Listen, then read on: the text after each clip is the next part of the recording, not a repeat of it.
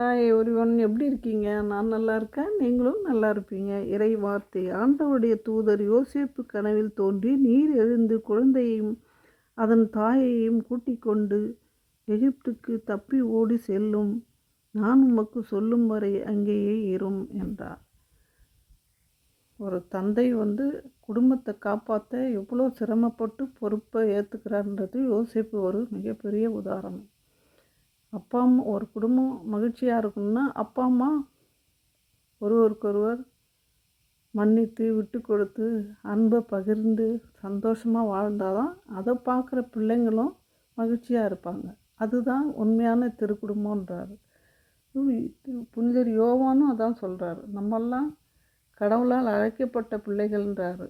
அவருடைய கட்டளைகளுக்கு கீழ்ப்படிந்து ஒருவருக்கொருவர் அன்பாக இருப்பதே உண்மையான குடும்ப வாழ்வு.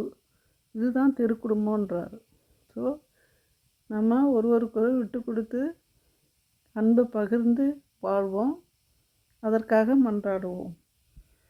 அன்பின் ஊற்றி எம் இறைவா, ஒவ்வொரு குடும்பத்திலும் ஒருவருக்கொருவர் விட்டு கொடுத்து மன்னித்து அன்பை பகிர்ந்து வாழவும் பிள்ளைகள் பெற்றோருக்கு கீழ்ப்படிந்து அன்பில் வளர வேண்டுமென்று இறைவா உம்மை மன்றாடுகிறோம். ஆமென்.